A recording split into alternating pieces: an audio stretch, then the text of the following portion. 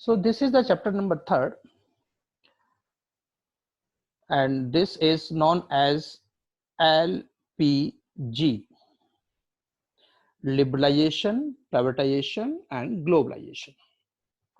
So according to your NCERT, I explained to you that why there is a need for this new economic policy.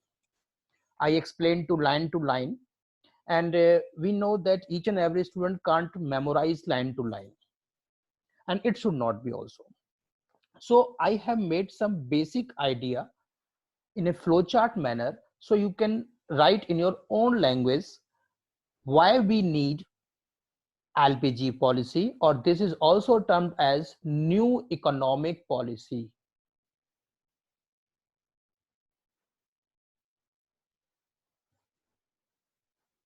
This is also known as new economic policy. So why we need this policy? As you know that in 1991 our economic condition was so bad that we have only a fortnight balance to pay our import values.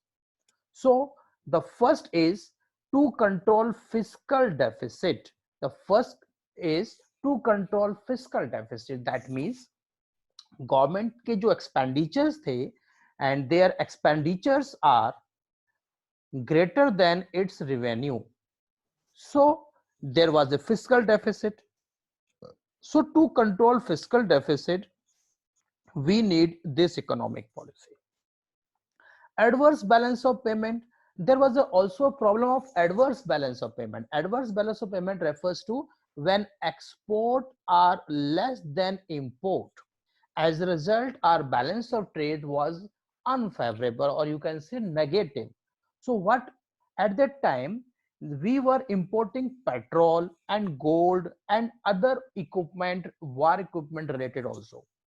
So as a result, we imported heavy price material and we exporting only a food items, and you know that food items are not so very costly, and if, as compared to gold, petrol and war equipment. So as a result, the balance of payment became unfavorable.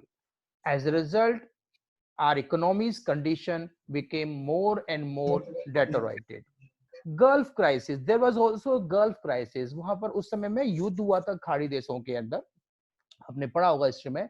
तो उस war की वजह से petrol prices बहुत ज्यादा speed से rise हो गए थे, क्योंकि पेट्रोल नहीं मिल रहा था, हमको नीड थी बेसिक। तो पेट्रोल प्राइस इतना राइज हो गया, as a result we have to pay a lot of money in our importing values. So import को पे करने के लिए, पेट्रोल को पे करने के लिए हमको ज्यादा से ज्यादा मनी देना पड़ गया था।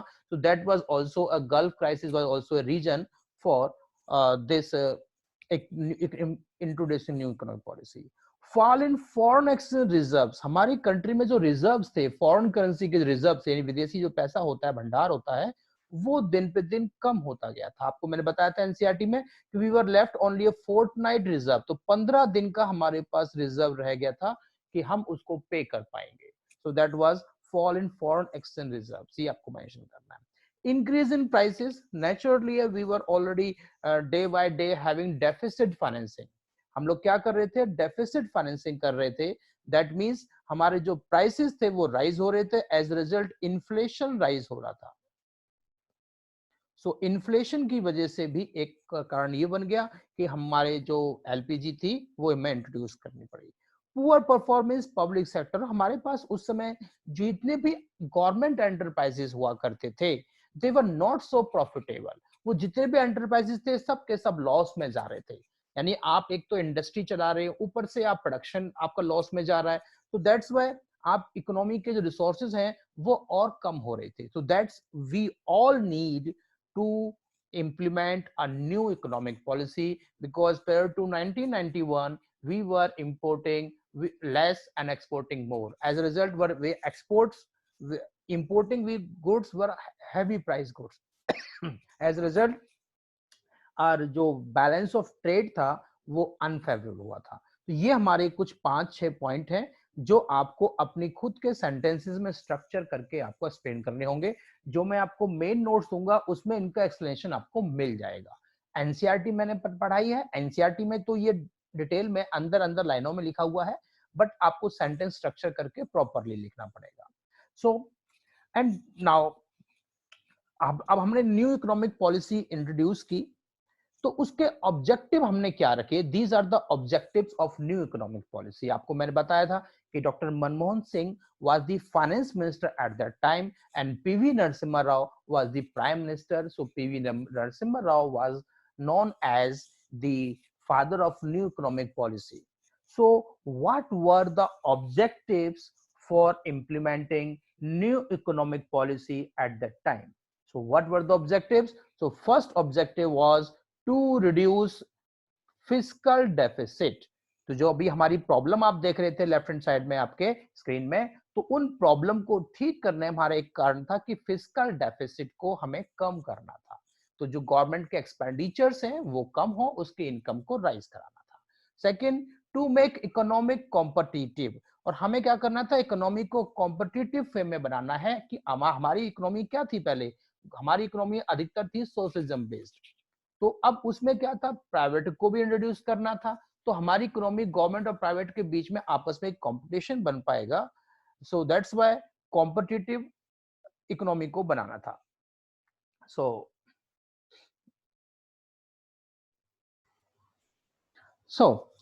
इकोनॉमिक में कंपटीशन लाने के लिए हमको रिक्वायरमेंट थी प्राइवेट और पब्लिक सेक्टर दोनों के competition, to make the production unit more efficient. And the next one is, जितनी भी हमारी प्रोडक्शन यूनिट थी, that should be more efficient so that the production can increase in the economy. To merge the past gain, that means जितने भी हमारे past gain थे उनको हमें merge करवाना था। अगर आप कोई फर्म है, मतलब प्रॉफिट में है एक इंडस्ट्री, दूसरी लॉस में चल रही है, तो उसके प्रॉफिट को दूसरी इंडस्ट्री में मर्ज कराना भी था। To have the adequate resource of foreign, और अगर विदेशों से हमें कोई रिसोर्सेज मिल सकते हैं तो वो भी लेना, क्योंकि ग्लोबलाइजेशन के थ्रू हम फॉरेन रिसोर्सेज को इंप्लीमेंट करा सकते हैं। So these were some of the objectives of implementing new economic policy. So this was the concept I explained to you in the last class, and now come to our basic concept, and the first one is liberalization.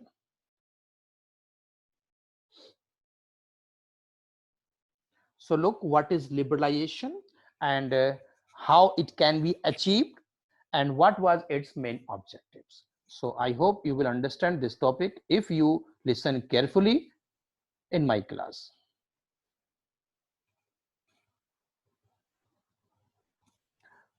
So look what is liberalization.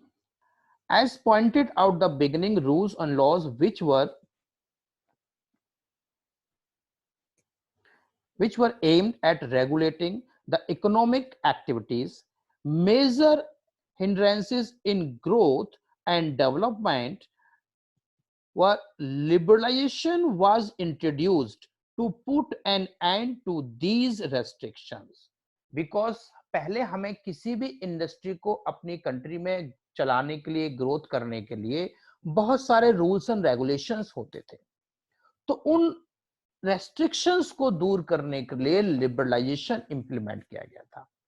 Though a few liberalization means were introduced in 1980, हमने कुछ 1980 में rules बना भी दिए थे, but they were not so sufficient. What they were?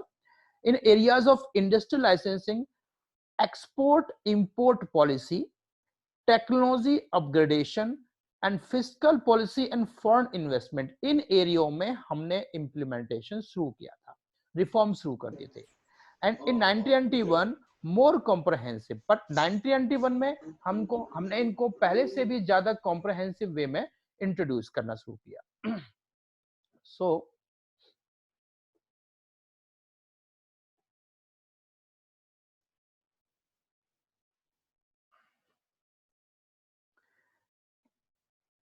कैसे किया था अब देखेंगे। Let us study some important areas such as the industrial sector, financial sector, tax reforms, foreign exchange market. ये देखिए सारे के सारे पॉइंट्स हैं जो आपको स्टडी करने हैं। इसमें किस किस चीज में हमने इसमें रिफॉर्म्स किया है? फर्स्ट है industrial sector, second financial sector, third, tax reforms, ये सब हमारे लिबरलाइजेशन के हैं। Foreign exchange markets, trade and investment sectors which received greater attention after 1991। तो ये हमारे कुछ एरियाज हैं जहां हमने किया liberalisation. How it was done, so look, अब अच्छे से सभी सुनना। इसके बेस पे अभी मैं आपसे कुछ क्वेश्चंस भी डिस्कस करूंगा on the basis of liberalisation and the topics taught in the last class. So look, in India, regulatory mechanisms were enforced in various ways. Number one, industrial licensing, under which every entrepreneur had to get permission from government officials to start a farm, close a farm, or decide the amount of the goods that could be produced. पहले क्या था, अभी आप सुनना ध्यान से, पहले ये था कि अगर आपको कोई भी इंडस्ट्री चलानी है तो अगर आपको उसके लिए लाइसेंस लेना पड़ेगा, इवन क्या करने के लिए, स्टार्ट करने के लिए, क्लोज करने के लिए, और कितना अमाउंट प्रोड्यूस करना है इसके लिए भी आपको लाइसेंस लेना पड़ता था। इन सबको हमने डीरेगुलेशन करना शुरू कर दिया। In India regulatory mechanism were enforced in various ways. तो ये था D. Private sector was not allowed in many industries. तो पहले प्राइवेट सेक्टर अलाउड नहीं था, हमने इसको भी डीरेगुलेट कर दिया। Some goods could be produced only in small scale industries. पहले ये था कि कुछ इंडस्ट्रियां केवल स्मॉल स्केल में ही प्रोड्यूस कर सकती हैं, हमने इसको भी डीरेगुलेट कर दिया। Controls on fix pricesation, fixation and distribution, control था, हमने उसको भी हटा दिया। तो इसको आप अलग वे राउंड में समझना है कि ये जो चीजें थी ये पहले होती थी, अब हमने लिबरलाइजेशन में इन सबको क्या कर दिया है, डीरेगुलेशन कर दिया गया है। Now these reform policies introduced in after 1991, ये सब कब हुए थे, 1991, removed many these restrictions। जो भी आपको रेस्ट्रिक्शन मैंने दिखाई थी, ये हमने अधिकतर रेस्ट्रिक्शंस हटा दिए। Industrial licensing was एबोलिश्ड। देखिए अब सुनो क्या क्या किया। सबसे पहले इंडस्ट्रियल लाइसेंस हमने हटा दिया। अगर आपको कोई भी इंडस्ट्री चलाने के लिए लाइसेंस लेना पड़ते थे, वो हमने एबोलिश कर दिया। बट प्रोडक्ट कैटेगरीज, परंतु कुछ ऐसे प्रोडक्ट उनको लाइसेंस लेना पड़ेगा आपको। पहला हमने लाइसेंसिंग सिस्टम हटा दिया। अगर आपको सपोज करो कोई भी इंडस्ट्री चलानी है तो पहले हर छोटे से छोटे काम करने के लिए आपको गवर्नमेंट से लाइसेंस लेना पड़ता है, जैसे अभी आपने देखा। तो हमने हटा दिया, लेकिन कुछ कैटेगरी थी जो हमने रखी। क्या क्या था वो, alcohol, cigarettes, hazardous chemicals, industrial explosives, electronics, airspace, drugs, pharmaceuticals। अगर आपको इनसे रिलेटेड कोई एक्टिविटी चेक करनी है तो आपको लाइसेंस चाहिए था, मस्ट। लेकिन अगर कुछ और करना है, कपड़े की आपको कोई फैक्ट्री डालनी है, आपको कोई लाइसेंस नहीं चाहिए। छोटा मोटा काम करना है, ठीक, आपको कोई भी इंडस्ट्री चलानी है, आपको कोई लाइसेंस नहीं चाहिए। सिर्फ अल्कोहल, सिगरेट अगर इस चीजों में आ रहा है तो आपको लाइसेंस चाहिए था। The only industries which are reserved for the public sector are a part of defense equipment। और सरकार ने अपने पास क्या रख लिया, defence equipment, atomic energy, railway, transport, और बकाया सबका गवर्नमेंट ने प्राइवेटाइजेशन शुरू कर दिया था। Many goods produced by the small scale industries have now been de-reserved। जो पहले स्मॉल स्केल इंडस्ट्रीज के अंडर में आते थे, अब हमने उसको डी रिजर्व कर दिया। इसका मतलब कोई भी उसको चला सकता है। In many industries the market has been allowed to determine prices. और पहले प्राइस कौन सेट करता था, गवर्नमेंट सेट करते थे। अब हमने किसको परमिशन दे दी, खुद अपने आप मार्केट को प्राइस सेट करने की परमिशन दे दी है। अब यह हमारे पास, ये तो क्या किया हमने, पहला इंडस्ट्री का सेटअप किया। फिर फाइनेंस में क्या क्या देखा हमने, रिफॉर्म किए हैं। तो अब देखिए फाइनेंशियल रिफॉर्म्स कौन से हैं। So look, financial reforms,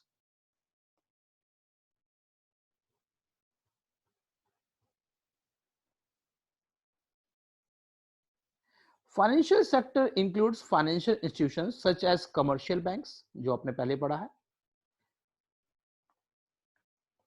stock exchange, commercial bank, investment banks and foreign exchange markets.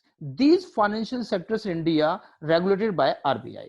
You may be aware that the banks and other financial institutions in India are regulated through the RBI. ये तो आपको पहले से पता है कि bank तो RBI regulate करता है। The RBI decide amount of money that banks can keep with themselves। तो RBI डिसाइड करता है कि कितना अमाउंट बैंक अपने पास रख सकते हैं। Fix interest rates, nature of lending to various sectors etcetera. तो ये तो हो गया आरबीआई कैसे रेगुलेट करता है। One of the major financial sector reforms to introduce the role of RBI from regulator to facilitator. Listen carefully. RBI का जो मेन रोल था, that from regulator to facilitator of financial sector. पहले RBI क्या करता था, सिर्फ regulate करता था, लेकिन अब वो उनका फैसिलिटेटर भी बन गया। इसका मीनिंग कि अगर किसी भी प्रकार के फाइनेंशियल सेक्टर को कोई हेल्प चाहिए तो RBI will come forward to help each and every industry. This means that financial sector may be allowed to take decisions on many matters without consulting RBI. So this was financial reforms. Listen, अभी देखो आपने दो concept सीखे बेटे, अच्छे से सुनना एक बार, क्योंकि आपको अगर समझ में आएगा तो अच्छा लगेगा, वरना ये चैप्टर क्लियर नहीं होगा। So look, लिबरलाइजेशन में मैंने आपको बताया कि लिबरलाइजेशन में हमने किस किस सेक्टर में लिबरलाइजेशन किया। उसमें सबसे पहले क्या किया, इंडस्ट्रीज को छूट दे दी। whatever they want to produce they can produce apart from alcohol, cigarette, etc. इनको छोड़कर आप इंडस्ट्री चला सकते हैं, वो आप कर सकते हैं। दूसरा, फाइनेंशियल सेक्टर में हमने रिफॉर्म्स किया जिसमें आरबीआई फैसिलिटेटर बन गया रेगुलेटर के बजाय, और वो उसने इंडस्ट्रीज को छूट दे दी कि वो अपने बैंकों को छूट दे दी कि आप अपना डिसीजन खुद ले सकते हैं। नाउ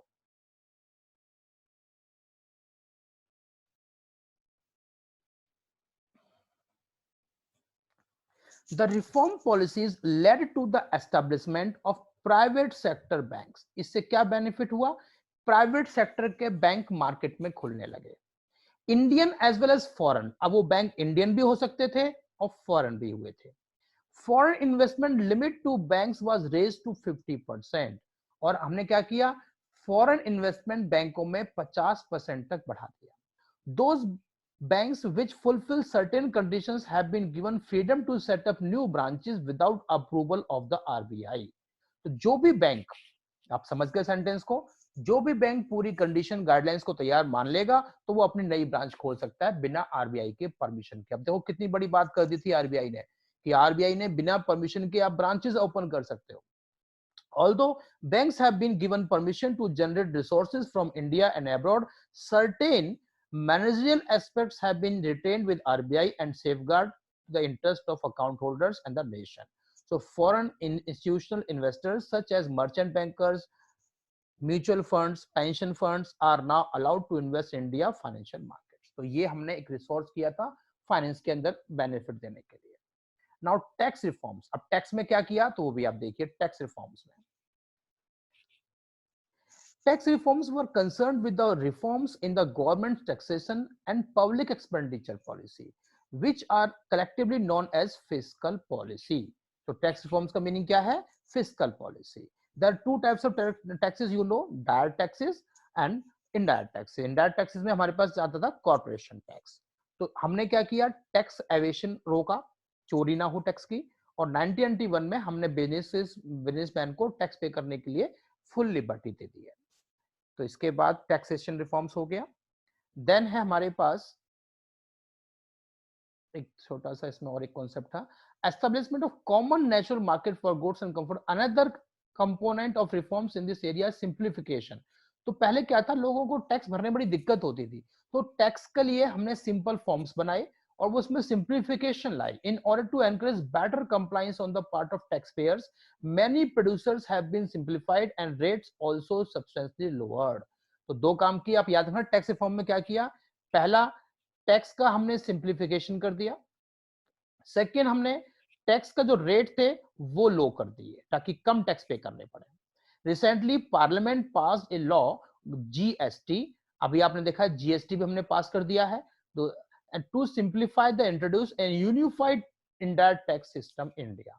तो इंडिया में एक यूनिफॉर्म टैक्स सिस्टम लॉ करने के लिए हमने इसको यूनिफॉर्म किया है, जीएसटी बना है थर्ड पॉइंट में। तो ये हमारे कुछ फाइनेंशियल रिफॉर्म्स हुए हैं जो कि टैक्स में आते हैं। अब हमारे पास आते हैं फॉरेन exchange reforms।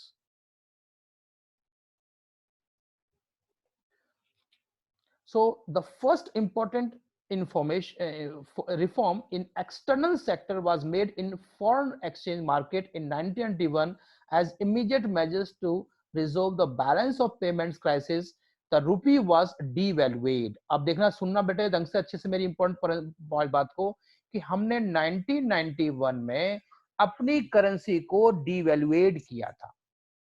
डिवैल्यूएशन आपने टर्म्स होती है, एक होता है रिवैल्यूएशन, एक devaluation. Devaluation means when we lower the value of our currency willingly, जानबूझकर गवर्नमेंट अपनी करेंसी की वैल्यू को कम करती है। जैसे सपोज करो $1 आज 75 का है और गवर्नमेंट विलिंगली इसको $1 80 का कर दे, this will be called devaluation.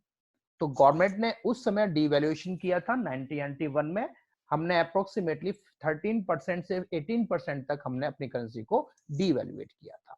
It also set up tone to free and determine the rupee value in exchange market, और हमने रूपी वैल्यू को एक्सचेंज मार्केट में ओपन कर दिया कि ये ऑटोमेटिकली बाद में फ्लक्चुएट होगा इंटरनेशनल मार्केट के हिसाब से। इसकी जो डिटेल है वो हम मैक्रो इकोनॉमिक्स के लास्ट चैप्टर में पढ़ेंगे फॉरेन एक्सचेंज के अंदर, पर अनफॉर्चुनेटली फॉर आपके लिए इस साल से वो सिलेबस से हट गया है, तो हम ज्यादा डिटेल में उसको नहीं बता पाएंगे। नेक्स्ट है trade and investment policy reforms. अब एक हमारे पास नेक्स्ट है कि इन्वेस्टमेंट पॉलिसी में क्या किया गया था। तो liberalization of trade and investment regime was initiated to increase international competitiveness, industrial policy, also foreign investment and technology into the economy. The aim was to promote efficiency of local industries, adoption and modern technologies. And how it work? So look, थोड़ा सा और है आज के लिए, फिर मैं आपको कुछ क्वेश्चंस कराऊंगा। सो बिकॉज थ्योरी पोर्शन है तो थ्योरी पोर्शन में थोड़ा सा ज्यादा हो जाता है। In order to protect domestic industries, India was following regime of quantitative restrictions. अब सुनना ध्यान से, हमने क्या किया था, अपनी खुद की डोमेस्टिक इंडस्ट्रीज को प्रोटेक्ट करने के लिए क्वांटिटेटिव रेस्ट्रिक्शंस लगाए थे, जिसमें हमारे पास कुछ टैक्सेस टैरिफ थे वो बहुत हाई लगा दिए थे, ताकि हम अपने जो डोमेस्टिक इंडस्ट्रीज हैं उसको हम भी सेव कर पाएंगे।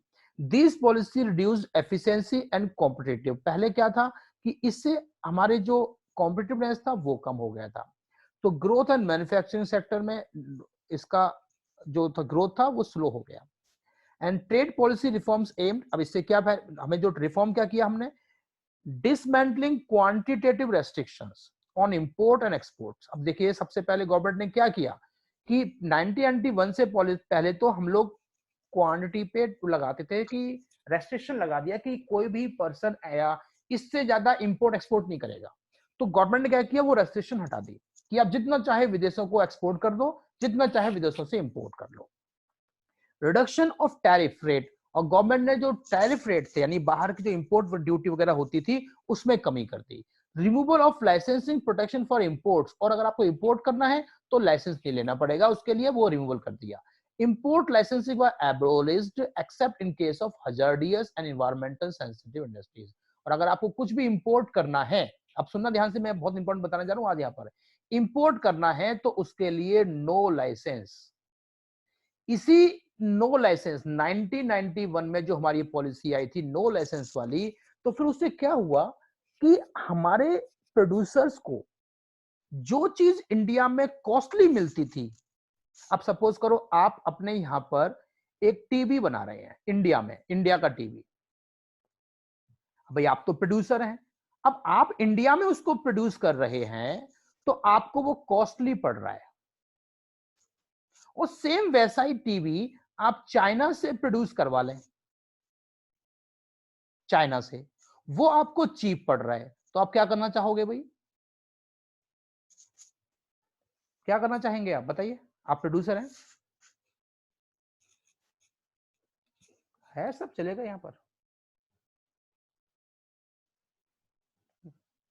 मैंने म्यूट तो नहीं किया किसी को,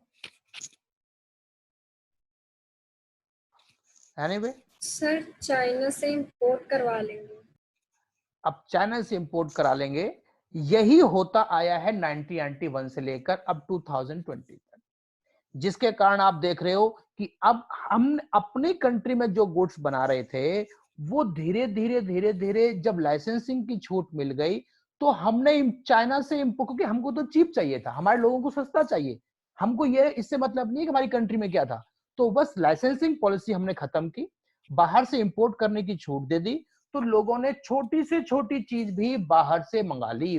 rather than to produce in our own country, they import from other countries. उसी का नतीजा आप देख रहे हो कि आपकी चाहे हर छोटी से छोटी डेकोरेशन की चीजें हो, दीपावली पे, होली पे आपको रंगों का सामान हो या कोई और हो, ये सब के सब बाहर से इंपोर्ट होने लगे।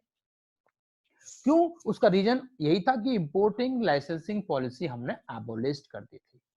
अब हमने उसको वापस लाने की कोशिश की, या कुछ रेस्ट्रिक्शन लगा रहे हैं, वो अलग मैटर है। चलिए आगे देखते हैं।